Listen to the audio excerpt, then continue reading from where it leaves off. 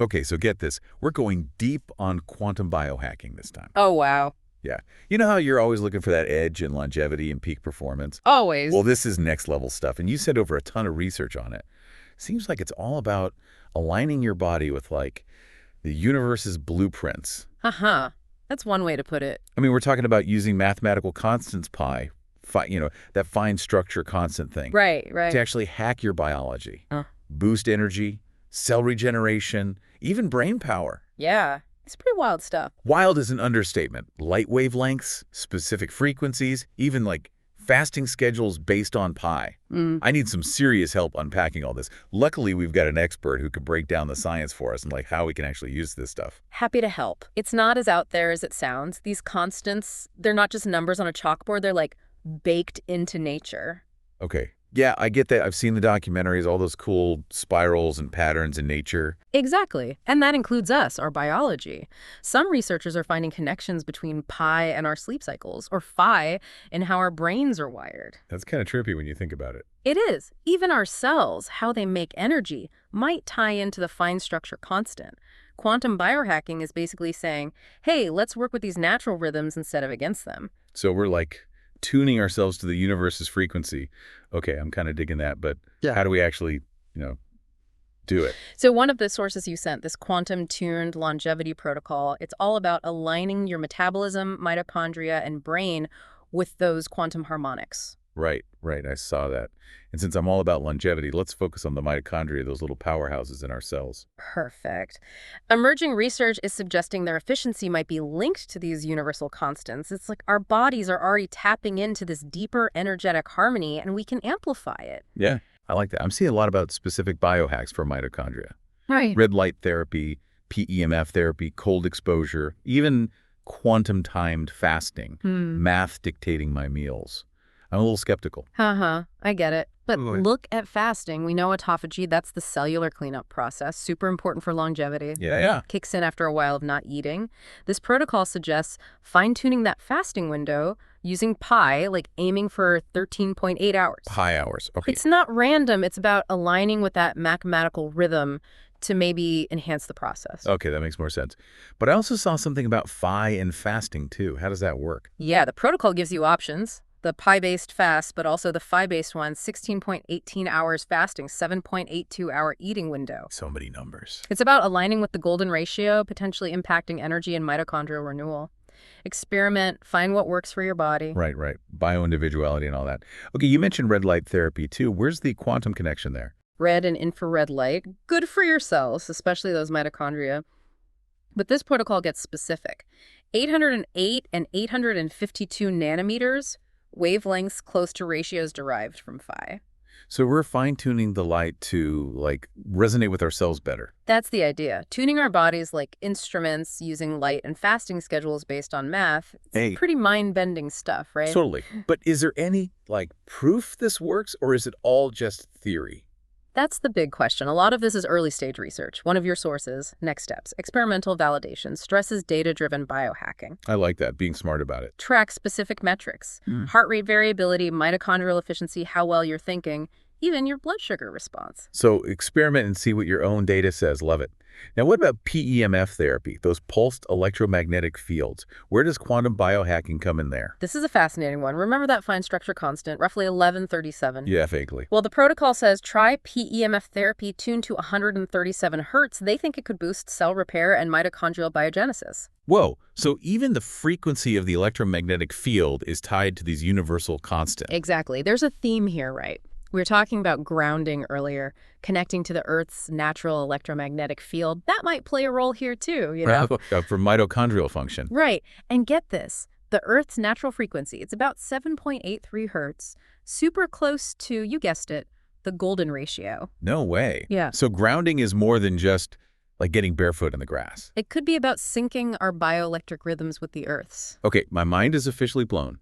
Light, fasting frequencies, the Earth itself, we're aligning with these fundamental rhythms for optimal health. But how do we put this into practice, like day to day? Another source you sent over, the mitochondrial optimization protocol. It's like a structured approach. It combines these quantum biohacking techniques into a daily routine to boost mitochondrial function and overall health, like a roadmap. Perfect. Let's dive into that roadmap and see what a day in the life of a quantum biohacker looks like. I'm ready to get optimized. All right, so before we map out this whole mitochondrial optimization protocol thing, Yeah. we got to be real. There's a lot we don't know yet. This is cutting edge stuff. Right. It's all very exciting, but we got to be smart about it too, right? Especially when it comes to our health. Exactly. Not enough long-term research yet. We just don't have decades of data on how some of this stuff affects the body in the long run. So it's kind of like exploring uncharted territory. Exciting, but gotta watch your step. A perfect analogy. And another thing, access. Some of this quantum biohacking tech, like specific PEMF devices or those fancy red light therapy panels, Yeah. can be pricey. Not everyone can afford that. Totally. It'd be a shame if this stuff that could really help people was only for the rich and famous, Exactly. And there's always the risk of going overboard, trying to do too much too soon. Oh, yeah, definitely. Where do you even start with all this? It can be overwhelming. For sure. Listen to your body, start slow. Pick one or two things that resonate. Track your progress, see how you feel before adding more. Okay, moderation, got it. But there's also, the ethics of all this, right? Right. Longevity, enhancing our abilities. That's some big picture stuff. Absolutely. It's not just personal choices anymore, it's societal questions. One source even mentioned this idea of evolutionary bottlenecks. Bottlenecks. What if intelligence declines because our brains become less energy efficient or our bioelectricity gets messed up by all the stuff in our environment? So pollution or even just not being mentally stimulated enough could be holding us back evolutionarily. That's kind of a scary thought. It is. And if that's true, then maybe quantum biohacking, especially these bioelectric optimization techniques, could be a way to fight back against that. But then wouldn't that create even bigger inequality? If living longer and having a super brain becomes something you can just buy, that's a whole other problem. Exactly. We could end up with a two-tiered society, the enhanced and the unenhanced. We need to be having these conversations now. For sure. Okay, let's shift gears a bit. Talk about some of the more sci-fi sounding stuff. This bioelectric optimization really caught my attention. Yeah, it sounds futuristic, but the idea is simple. Our bodies are electrical systems, right? Our cells use electrical signals to communicate. Yeah. Bioelectric optimization is about making those signals stronger, clearer, for better health and performance. Okay, I get that. But how do we actually do that? It sounds complicated. It can be, but there are simple things too, like supporting your ion channels. They're like the gatekeepers of cellular energy. Ion channels. Yeah, they control the flow of ions, those electrically charged particles across cell membranes, super important. So how do we support them? Give me the hacks. This protocol talks about electrolyte balance. Mm-hmm. Make sure you're getting enough minerals like magnesium, potassium, sodium. Okay, so just basic hydration and electrolytes can affect our bioelectricity. I can do that. Totally. And reducing oxidative stress, that can damage those ion channels. Ah, right, those pesky free radicals. Exactly. Antioxidants are your friends here. Glutathione, resveratrol, even molecular hydrogen. Got it. Electrolytes and antioxidants. Check and check. What else can we do to optimize this whole internal electrical system? This one's a little out there, but some people are talking about structured water. Structured water. Okay, now you've got my attention. I've heard about this, but I'm not really sure what it is. It's definitely an area that needs more research. Yeah. But the idea is that water molecules can be arranged in specific ways that, enhance their biological properties. So it's not just plain H2O. Right. Think of it like this. Same ingredients can make a basic meal or a gourmet feast depending on how they're prepared, how they're structured. Interesting analogy. So how does this structured water tie into all this bioelectricity stuff? The theory is structured water, sometimes called EZ water, can improve how the brain stores and transmits electrical charge, maybe boost cognitive function. Some people say drinking structured water or water with minerals might help. Whoa. So the structure of the water itself could affect our bioelectricity. That's pretty wild. I'm a little skeptical, but, also curious. Healthy skepticism is always good, especially with new stuff. We need more research on structured water, for sure. Agreed. Okay, beyond structured water, what other bioelectric optimization techniques are out there? One that's getting popular is magnetoelectric stimulation, using weak electromagnetic fields to influence brain activity and potentially make you think better. Okay, that sounds seriously high-tech. How does that even work? There are different methods, transcranial stimulation, for example. You put electrodes on your scalp. They deliver tiny electrical currents to specific parts of your brain, like a little brain boost. Interesting. So we're talking about using external electromagnetic fields to affect our internal bioelectricity. Yep. And remember grounding, connecting to the Earth's electromagnetic field. That might play a role here too. Oh, right. We were talking about that for mitochondrial function. Exactly. Grounding could help sync our bioelectric rhythms with the Earth's frequency. More relaxed, less inflammation, better sleep. And better sleep means a better brain, right? Exactly. So even something as simple as walking barefoot could impact our bioelectricity and how well we think. Wow. Everything's connected. Is any of this stuff being used in, like, regular healthcare yet? Or is it all still biohacking territory? It's mostly experimental right now. Biohackers and people really into optimizing their health are the ones exploring this stuff. Yeah. But who knows, as research progresses and we learn more about bioelectricity, maybe some of this will become mainstream. That would be pretty cool. Okay, big picture time. If we can optimize our bioelectricity, improve our mitochondria, hack our brain waves using quantum principles, what does that mean for the future of, like, humanity? Are we going to evolve into something totally different? One of the sources suggested that by boosting our cellular energy, our brainwave sync, and how our memory and intelligence are encoded electromagnetically, we could actually speed up cognitive evolution. Wait, are we talking about superhumans here? That's both awesome and kind of terrifying. Maybe not superhumans, but the idea is that by pushing the limits of human potential, we could evolve into beings with way better cognitive abilities, more resilience, maybe even longer lifespans. Okay, that's mind-blowing.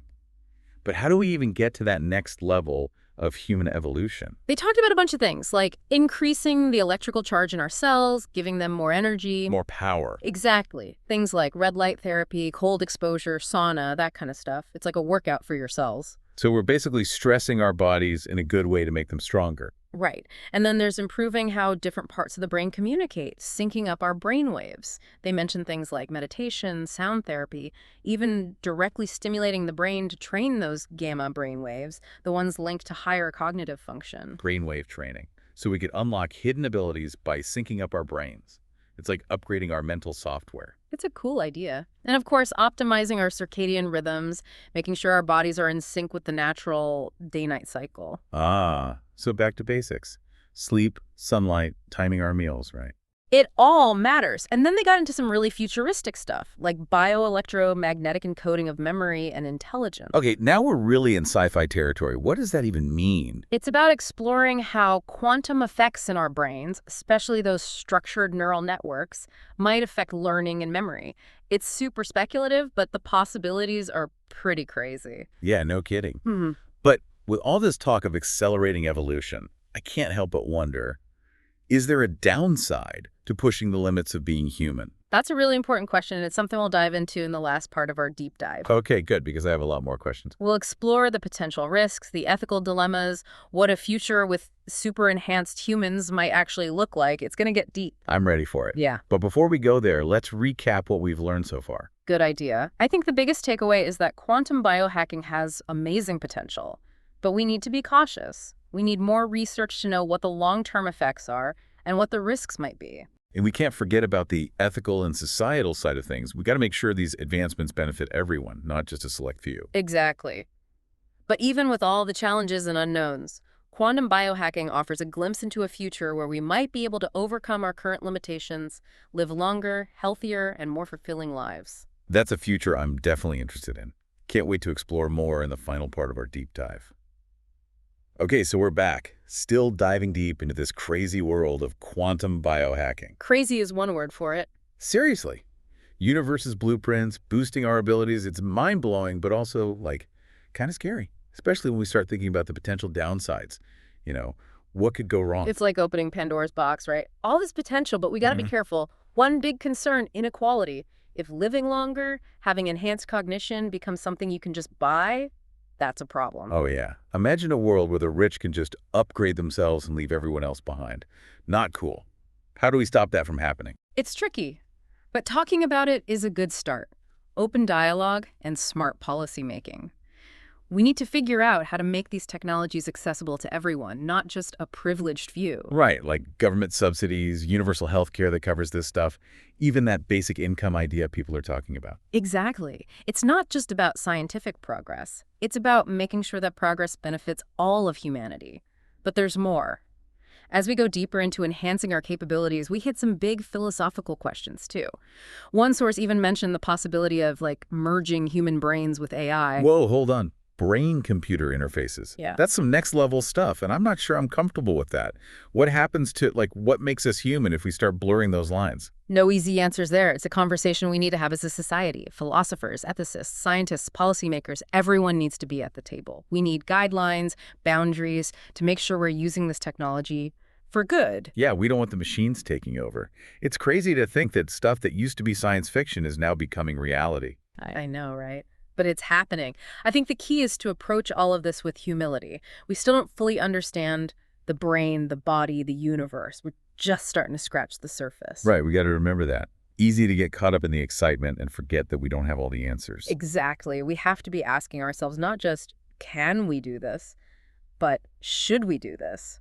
What are the consequences, the things we might not even be thinking about yet? So as we wrap up this deep dive into quantum biohacking, what's the most important thing you want to leave our listeners with? It's not just about living longer or getting smarter. It's about understanding our place in the universe, using these principles to live better, more meaningful lives. Recognizing we're part of something bigger, and our choices matter, not just for ourselves, but for humanity as a whole. I love that. With great power comes great responsibility, right? Absolutely. We're all in this together, and what we do today shapes the future for everyone. Well, that's a wrap on our quantum biohacking adventure. It's been a wild ride. Thanks for joining us on this deep dive, everyone. We hope you learned something and inspired to explore these ideas further. Remember, the future isn't set in stone. We create it through our choices. So choose wisely, stay curious, and never stop exploring the amazing potential that's out there, both in the universe and within yourselves.